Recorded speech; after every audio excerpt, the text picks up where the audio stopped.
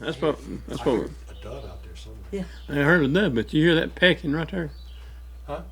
Maybe that's the tin It's, cooler. yeah, the metal roof Cooler. getting the. I think it's cooling down. Yeah. I hadn't seen that Ow. deal about the bag there, but that thing went up on my cabin. It's been.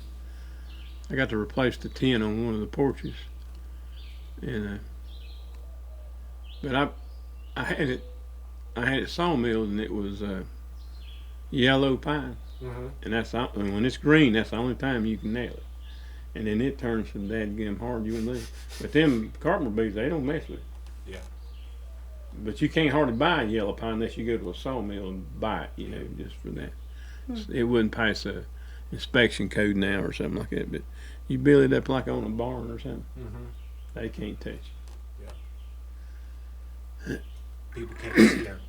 They can't see our bag in the camera shot, but we've got a brown paper bag filled full of plastic grocery bags, all crinkled up and balled up and tied up on a nail on the rafter in the porch. Because one of my neighbors told me they saw the carpenter bee problem we were having here at the house, and they said, "Oh yeah, you tie you one of those up, and they'll think it's a hornet's nest, and they'll leave you alone."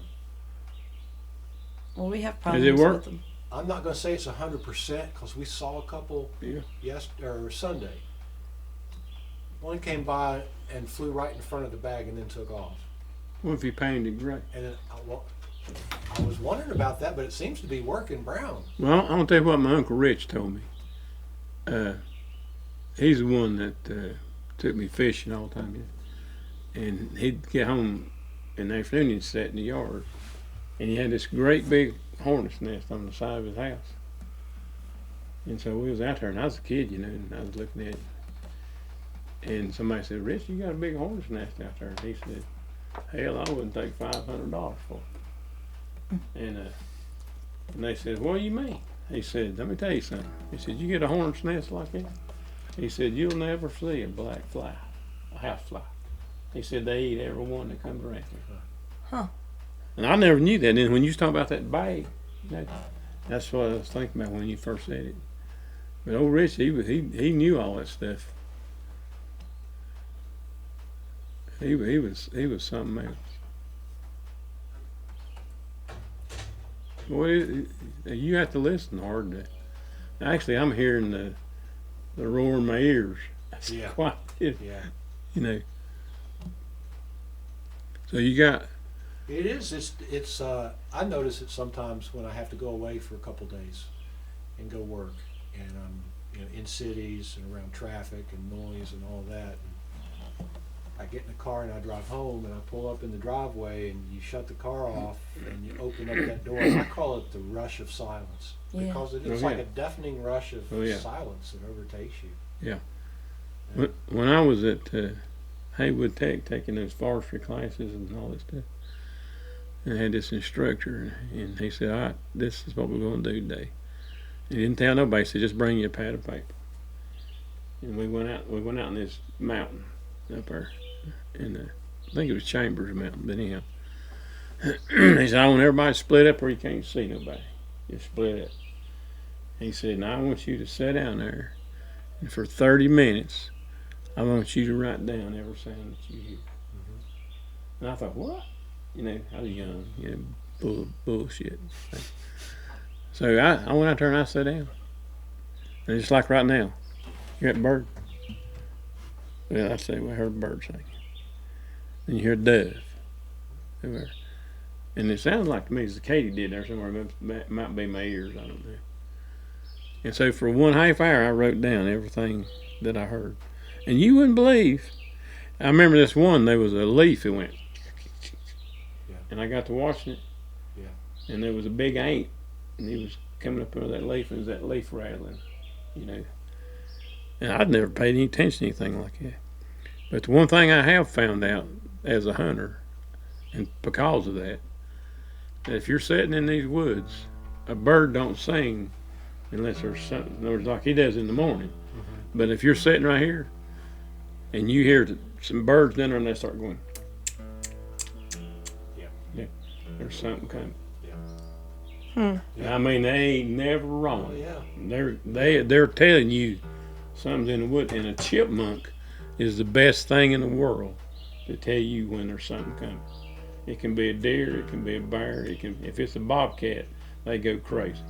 They'll start whistling, and then you. How about a hawk? When a hawk just goes crazy. What Well, does if a that hawk mean? comes through the woods, a gray squirrel, he'll go, and they get up on the I'm tree. talking like They're trying, they're trying to alarm all the squirrels that the hawks in the woods.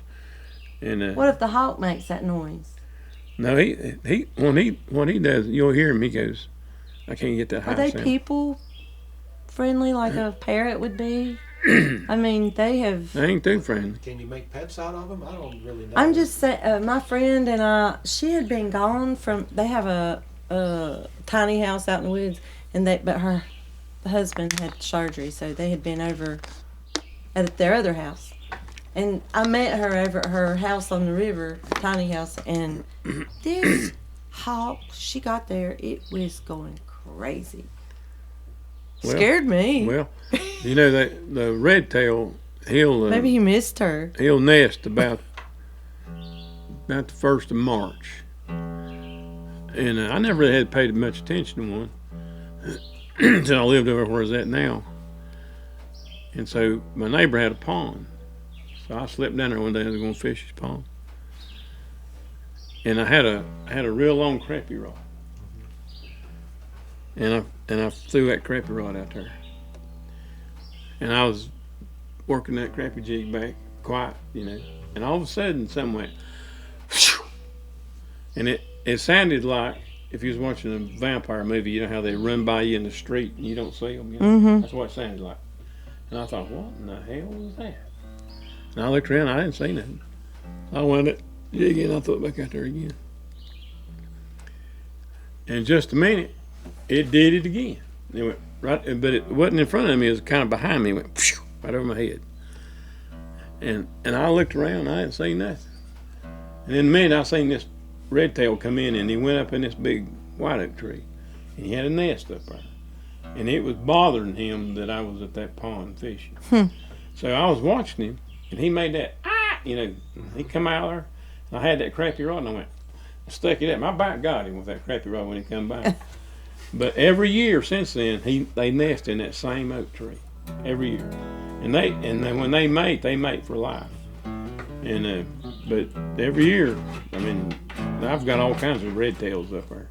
I thought at first they might get Lexi, but now she's a little bit fat now. They can't get her. Too big to take away. Yeah, but and now I'll walk out and you'll hear them. They'll holler, Of course, in the wintertime there's a rookery of crows that get right behind the house.